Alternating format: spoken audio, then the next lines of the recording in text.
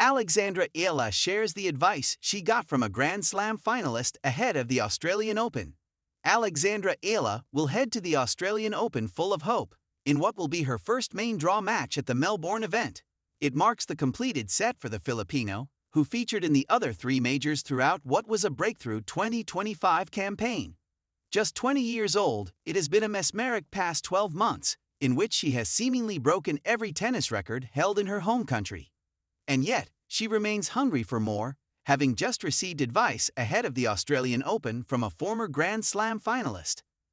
Alexandra Eala receives advice ahead of the Australian Open. Speaking to the press in Melbourne, she spoke about everything from the one-point slam to her Filipino fanbase. And when she was finished, lauding her compatriots for their continued support. One reporter then asked her about Leylah Fernandez, a former U.S. Open finalist at the age of just 19, and now 23, and an established star on the WTA Tour.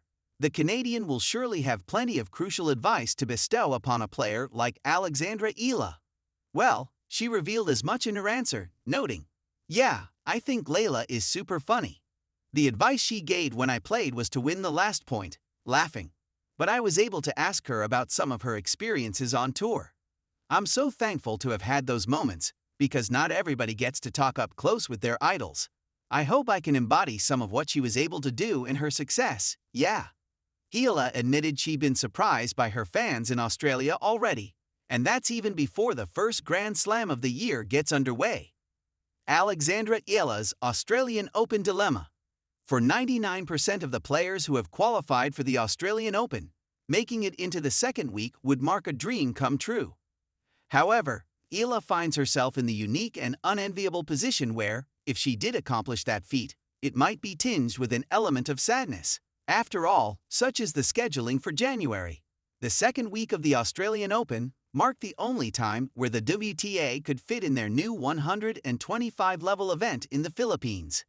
Eala, as a proud representative of her nation, was naturally delighted at the announcement of this new event in Manila. And yet, if she succeeds beyond expectation in Melbourne, she will be forced to miss out on the inaugural event in her home country. Some may see this as a win-win for Eala, but it does represent an odd dilemma which few players will have ever experienced before.